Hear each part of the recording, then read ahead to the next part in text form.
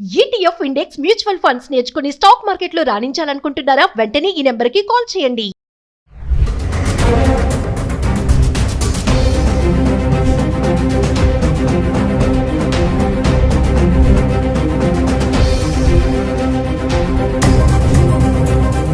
Hello viewers, welcome back to our channel. ప్రస్తుతం మనతో పాటు ఉన్నారు centre for human security studies founder and executive director Kanneganti Ramesh Babu garu. సార్తో మాట్లాడదాం.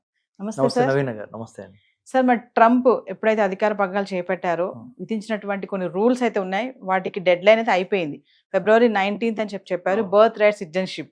మరి ఇప్పుడు మన వాళ్ళకి ఇది గుడ్ న్యూస్ అని అనుకోవచ్చా?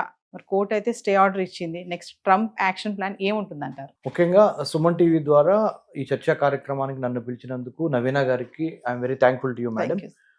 It's always a wonderful platform to give information, right kind of information. అంటే మనము మన ప్రజలను ఎవరైతే సుమన్ టీవీ చూస్తున్నారో వాళ్ళని కరెక్ట్గా గైడ్ చేయడం చాలా ఇంపార్టెంట్.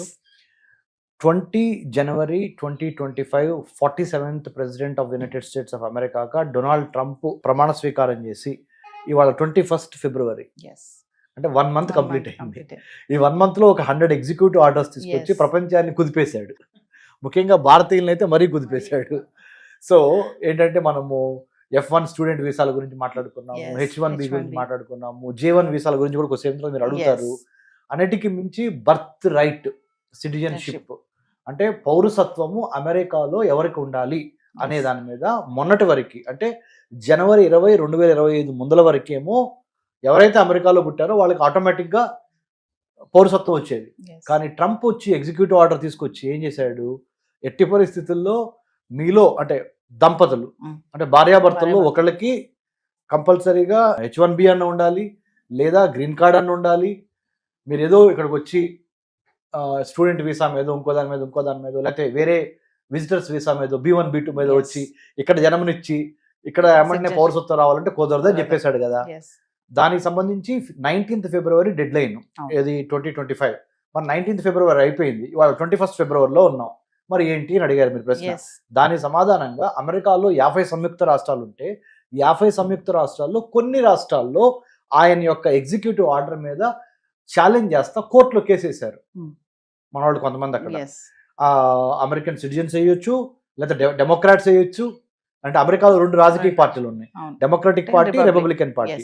డొనాల్డ్ ట్రంప్ రిపబ్లికన్ పార్టీకి చెందిన ఆయన రిపబ్లికన్ పార్టీ గుర్తు ఏంటంటే ఎలిఫెంట్, డెమోక్రటిక్ పార్టీ గుర్తు డాంకీ. సో రిపబ్లికన్ పార్టీ మీద డెమోక్రాట్స్ కూడా కేసు వేసి ఉండొచ్చు, లేదా మన నాన్ రెసిడెంట్ ఇండియన్స్ కూడా వేసి ఉండొచ్చు. ఎవరు వేసినా కానీ విషయం ఏంటంటే అమెరికాలో ఉన్న 50 సంయుక్త రాష్ట్రాల్లో కొన్ని రాష్ట్రాలు, డిస్ట్రిక్ట్ ఆఫ్ కొలంబియా అనేది ఒక స్పెషల్, అమెరికా క్యాపిటల్ ఏంటంటే వాషింగ్టన్ DC అంటారు, డిస్ట్రిక్ట్ ఆఫ్ కొలంబియా. ఆ డిస్ట్రిక్ట్ ఆఫ్ కొలంబియా ఇటు కొద్దిగా మేరీల్యాండ్లోనూ ఉంటుంది, అటు కొద్దిగా మన వర్జీనియాలోనూ ఉంటుంది. అవన్నీ కలిపి ఒక డిస్ట్రిక్ట్ అది. అక్కడ కోర్టులో వేశారు. కోర్టు ఏమంది, స్టే విధించింది. దాంతోపాటు ఇంకొక రాష్ట్రం సియాటల్లో వేశారు, ఇంకో చోట కాలిఫోర్నియాలో కూడా ఈ ఎగ్జిక్యూటివ్ ఆర్డర్ని వేశారు. ఈ 2-3 రాష్ట్రాల్లో ఆయన మీద అంటే ఆ యొక్క డెసిషన్ మీద కేసు వేసినప్పుడు ఏమన్నారంటే స్టే అంటే ఆలోచిద్దాం, దీని గురించి మాట్లాడదాము, డొనాల్డ్ ట్రంప్ చెప్పిందే కరెక్ట్ కాదు, ఇది సిటిజన్షిప్ ఓన్లీ ఎవరో ఒకళ్ళు H1B అన్న ఉండాలి, లేదా ఇక్కడ అమెరికన్ పౌరుడైనా ఉండాలి అనే దాని మీద మేము ఆ నిర్ణయాన్ని అమలు చేయడానికి మేము ఒప్పుకోవటం లేదు అని కోర్టులు కొన్ని కోర్టులు 2-3 కోర్టులు ట్రంప్ డెసిషన్కి వ్యతిరేకంగా తీర్పునిచ్చినాయి. కానీ సుప్రీంకోర్టులోకి వెళ్ళాలి, ఇది అమెరికాలో ఉన్న సుప్రీంకోర్టు వరకు వెళ్తే కానీ ఆ దేశం మొత్తానికి సంబంధించిన నిర్ణయం రాదు. So it is little premature to tell whether court decision of staying the executive order of the President Trump is still valid or it is not valid అనే దానికి ఇంకొద్దిగా టైం మనం తీసుకోవాలి. అంటే February 19th డెడ్ లైన్ అయిపోయినప్పటికీ ఇంకొద్ది time పట్టుద్ది. ఎందుకంటే American administration under president Trump will recalibrate, restrategise, rethinking చేస్తుంది. ఏది మరి నేను ఇలా చెప్పాను కదా, మరి కోర్టులో ఇట్లా అంటున్నాయి కదా, మరి ఇప్పుడు ఏం చేయాలి అని అమెరికన్ ప్రెసిడెన్సీలో ఉన్న ఇమిగ్రేషన్ అథారిటీస్ కానీ వేరే ఇంకా అఫీషియల్స్ కానీ ప్రెసిడెంట్ ట్రంప్కి చెప్తారు, సార్ మరి మనం అనుకున్న డెసిషన్ ఏంటి, ఎవరో ఒకళ్ళు దంపతుల్లో పేరెంట్స్లో ఒకళ్ళు అమెరికన్ సిటిజన్ అయ్యాను ఉండాలి, ఒకళ్ళు H1B అని ఉండాలి, అనేది మనం రూల్ పెట్టాం కదా సార్ సిటిజన్షిప్ ఇవ్వాలంటే, మరి కొన్ని కోర్టులే మనకు వ్యతిరేకంగా చెబుతున్నవి, మరి ఏం చేద్దాం అన్నప్పుడు ఓవరాల్గా ఇంకోసారి దీని మీద మనము రిపబ్లికన్ పార్టీ మీటింగ్లో డెసిషన్ ఒకటి తీసుకోవటము పార్టీ పరంగా, లేదా దీనికి సంబంధించిన కాన్సిక్వెన్సెస్ మూలాన అమెరికన్ గవర్నమెంట్కి ఏమన్నా ఇబ్బంది అయ్యేది ఉందా, సుప్రీంకోర్టు కనుక రేపు పొద్దున కనుక మన ట్రంప్ చేసిన డెసిషన్ని మళ్ళీ వ్యతిరేకించిందనుకో పరువు నష్టం. మీ సొంత సుప్రీంకోర్టును ఒప్పించుకోలేకపోయావు అనే పేరు మళ్ళీ ట్రంప్కి వచ్చింది. సో దీని మీద విధి విధానాల మీద కొద్దిగా టైం తీసుకుందాం సార్.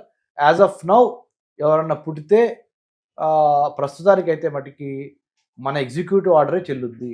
అంటే అర్థం ఏంటి, 19 ఫిబ్రవరికి తర్వాత ఎవరు పుట్టినా కానీ మేము పౌరసత్వం ఇవ్వము అనే దాని మీదే ఉంటుంది. ఎందుకు, అన్ని కోర్టులు కలిసి ముక్త కంఠంతో వ్యతిరేకించాల. కాబట్టి president Donald Trump's executive order related to citizenship birth రైట్కి సంబంధించినంత వరకు ఆయన చెప్పిందే వేదము, అదే నడుచుద్ది కొన్నాళ్ళు. ఇంకా మిగతా కోర్టులు including supreme court of united states of America వాళ్ళు ఫైనల్గా డెసిషన్ టేకెన్ బై ట్రంప్ని కొట్టేస్తే కానీ అది కొట్టివేయబడదు. అప్పుడు వరకు decision what ever Trump has taken అదే చెల్లుబాటు అవుద్ది.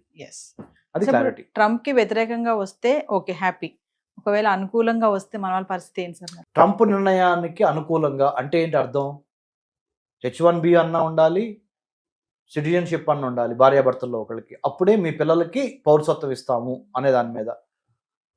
ట్రంప్కి అనుకూలంగా వస్తే చాలా తక్కువ మంది భారతీయ పిల్లలకి పౌరసత్వం వస్తుంది.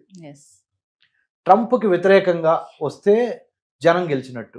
అంటే ఇదివరకిట్లాగానే అక్కడికి వెళ్ళి ప్రెగ్నెన్సీ అక్కడ డెలివరీ చేసి పుట్టంగానే అబ్బాయికో అమ్మాయికో అమెరికన్ సిటిజన్షిప్ తీసుకొని మనం రావటం, లేకపోతే అక్కడే ఉంటాం, what ever. So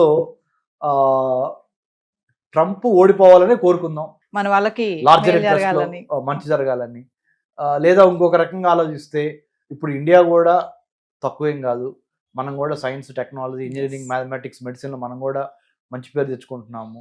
so it goes both ways. Let's see how it is going to take. చూద్దాం సార్ మరి ఏమవుతుంది. అంటే మన వాళ్ళకి గుడ్ న్యూస్ వస్తుందా, మరి ఒక ఓటు కనుక ట్రంప్ కి అనుకూలంగా ఇస్తారా తీర్పు అనేది చూడాలి. చూసి wait, we have to wait and see. Thank you sir. Thank you.